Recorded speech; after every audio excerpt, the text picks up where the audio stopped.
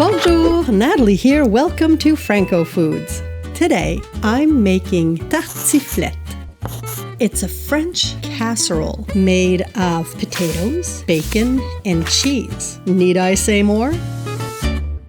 I was introduced to tartiflette recently by my goddaughter, who is a sous chef at a French bistro in the Montreal area. She made it without a recipe, so I'm following her method. This means I'm eyeballing everything. I am changing it according to what I have on hand and whatever tickles my fancy. So I made life easy for myself. I had bacon in my freezer, so went with that. Also, for the cheese, I used a mixture of smoked Gouda and Jarlsberg. I'm sure you can find reblochon and lardon if you look for it, but I used what I had handy.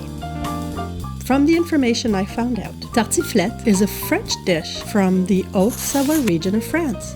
That's located in the Auvergne-Rhône-Alpes region of southeastern France. Tartiflette was inspired by a dish called pilat, which is a potato gratin dish cooked in a shovel-shaped pan called pélagique. Traditionally, tartiflette is made with a Savoyard cheese called reblochon. And there's lardon in it as well, which is a kind of bacon that's chopped into cubes. What I really like about this dish is that it's really simple. Anyone can do it. And it's really versatile, so open to your own tastes.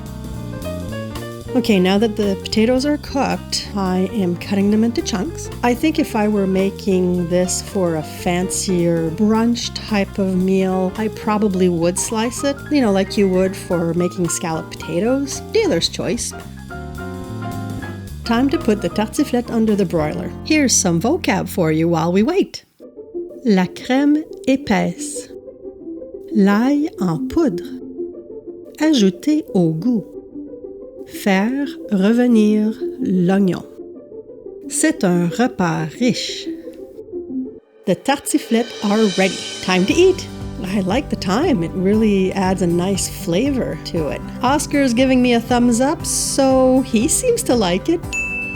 There you have it, a simple, hearty, and indulgent dish. Please let me know if you've eaten a tartiflette before or if you make your own. And if you do, what ingredients do you use? Until next time, merci et à la prochaine!